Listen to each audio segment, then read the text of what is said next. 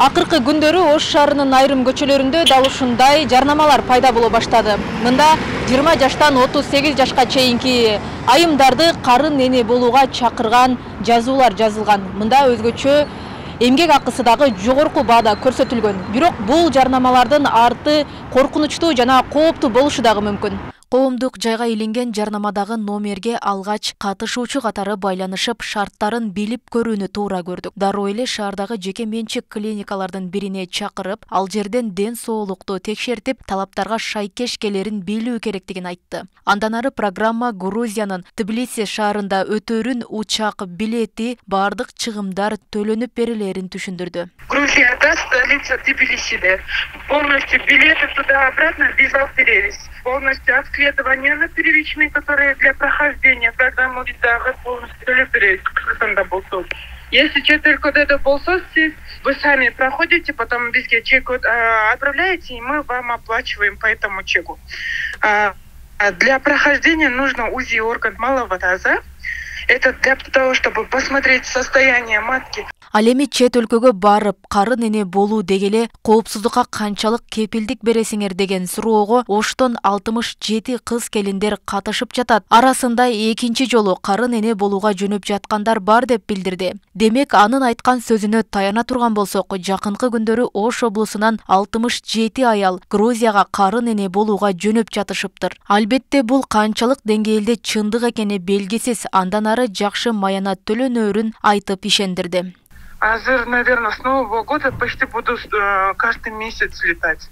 Поэтому гарантия идет 100%, что не обманут.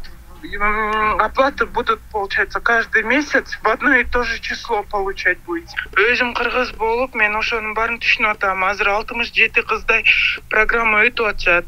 Некоторые кайра төрөп туруп жарым жыл кичине күтүп кайра программага кирип атышат. Поэтому никакой этого нету. Не переживайте. Полностью сумму на руки получите. Ош шаарынын көчөлөрүндө илинген жарнамадагы ушул эле номерге кайра байланышканыбызда интервью берүүдөн баш тартты. Бишкектеги кеңсесине жүз көрүшүүгө чакырып, ал жерден гана камера артынан маалымат бере аларын билдирди. У нас есть свои юристы, у нас есть свои документы, все, получается, у нас зарегистрированная ОСУ, организация.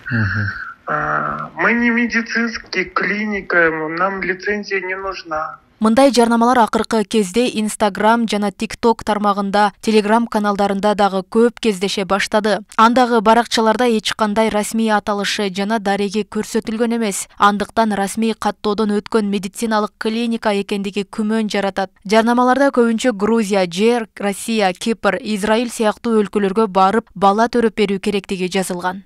Мен угуп жүрчү элем муну Европалардан, Америкадан, батыш жактан да.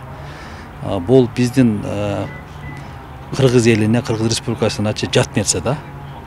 Деги эле мусулман өлкөлөрүнө, ошо мусулман элине мен жат деп эсептейм. Бирок, жол болсо Молдова жана кишенеп келишим менен ошол укуктардын кандай деңгээлде корголушу мүмкүн. Ал эми мынау конкреттүү түрдө мен аны корголот деп мен кепилдик бере албайбыз.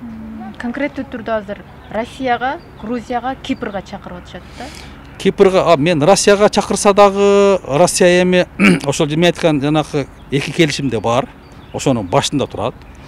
Ал жерде маселен ал жерде бул возможно болушу мүмкүн. Бирок Кипрде, Грузияда ага мен как мыйзамды кичине тааныган адам катары ал жерден кепилдик бериш кыйын. Укук корголушу боюнча ал жерде кепилдик жок.